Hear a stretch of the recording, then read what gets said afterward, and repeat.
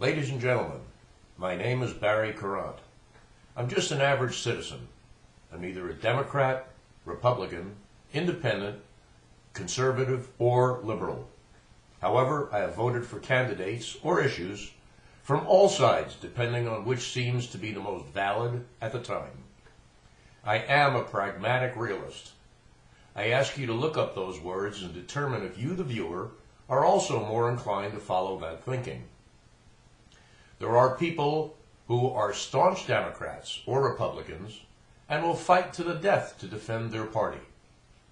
My only desire here is to expose the closed-mind thinking along party lines which is destroying our country. I only ask you to think.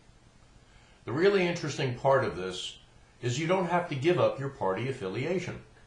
All you need to do is ask the questions. Do you believe them when they speak?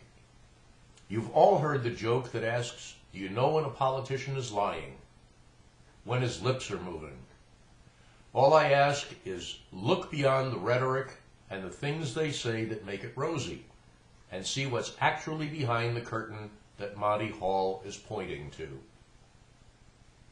On the subject of politicians, it seems to me that the politicians in this country have forgotten that they represent America.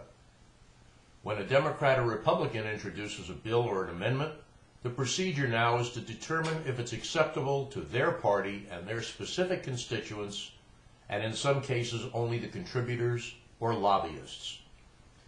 They also seem to want to present a bill that will hurt the other party. They have conveniently eliminated the American people who would be affected. We seem to place more value on whether a politician lies about whether he has a girlfriend on the side than if he misappropriates a few $1 billion of your tax money for a totally worthless project just to secure his campaign contributions. I seem to recall 30 or 40 years ago, most bills were introduced consisting of less than 20 pages and was in a booklet form. They stated the specific intent and were debated endlessly about points of order, such as the use of the word shall or will. The essence of the bill was singular, and its content was about a specific issue. There were no earmarks, or if there was pork, it was hidden and it didn't cost much. To me, it seems as if it's become a schoolyard bullying. We are the gang, and we are the majority, therefore we will take over the neighborhood. There's something seriously wrong with that. Think about it. There are many politicians who have been caught up in the power part of their positions. Some will utter outright lies, and when confronted a week or two later with the same statement, will deny they ever said it. They forget we have video. The sad part is, none of you have the strength to stand up and say, "Excuse me, Mr. and Mrs. Politician, I'm in your party, and you are lying."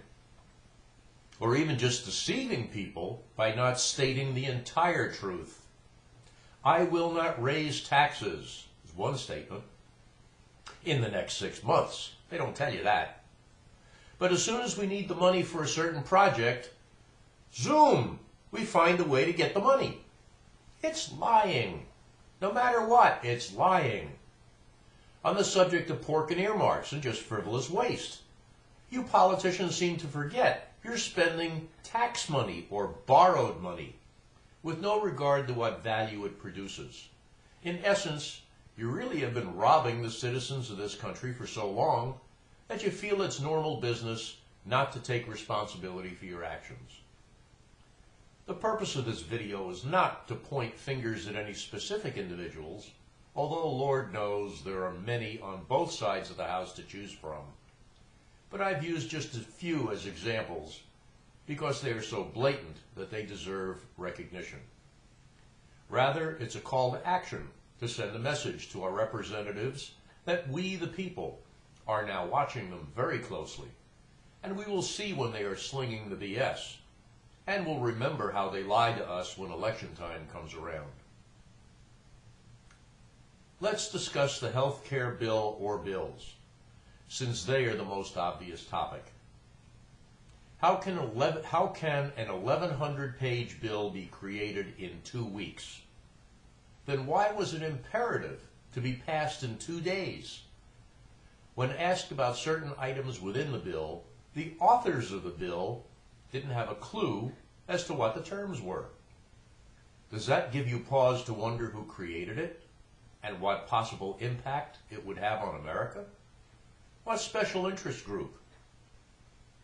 When a particular congressperson was asked about reading the bill, not even understanding it, he said, "Why would I have to read it? It takes 2 lawyers just to figure it out." With an attitude like that, does that indicate your own representatives are not doing their job? If it's that confusing to an elected official, who, by the way, is tasked with looking out for your interests, what makes you think that when the terms and conditions of the bill are implemented, there will be any hint of anyone being able to interpret it correctly? Or even worse, could there be multiple interpretations and some clerk having a bad day can just deny some health care benefit? While it looks really good on the surface and is a great concept, health care for everyone, when you look at some of the conditions, requirements, exceptions, and rules, you start to see some rather startling issues. Who's going to pay for it? The notion that it will be revenue neutral has to be the silliest notion ever conceived. Taking money from one program and putting it in another just means you're stealing from the first program. It doesn't matter if you sugarcoat it, disguise it, wrap it up, or call it by any name, it's stealing it. Why not fix the first program so it works the way it was originally intended? After all, you created it, therefore you politicians should know what it's made of. Let's discuss the implementation of laws. With all good intentions, you folks introduce a bill. On the surface, it's benevolent, well-meaning, and seems to do the job intended.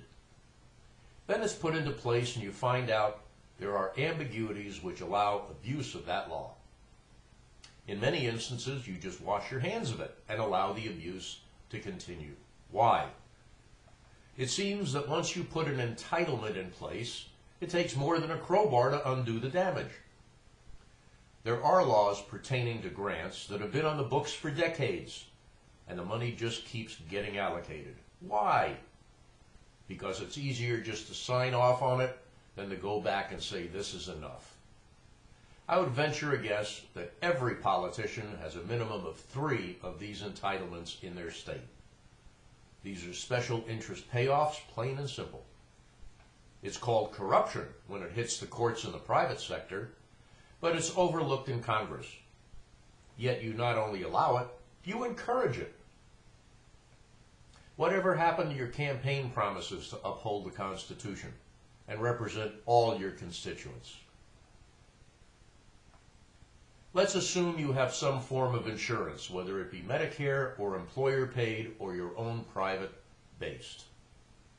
If you're a self-pay where you can't afford insurance,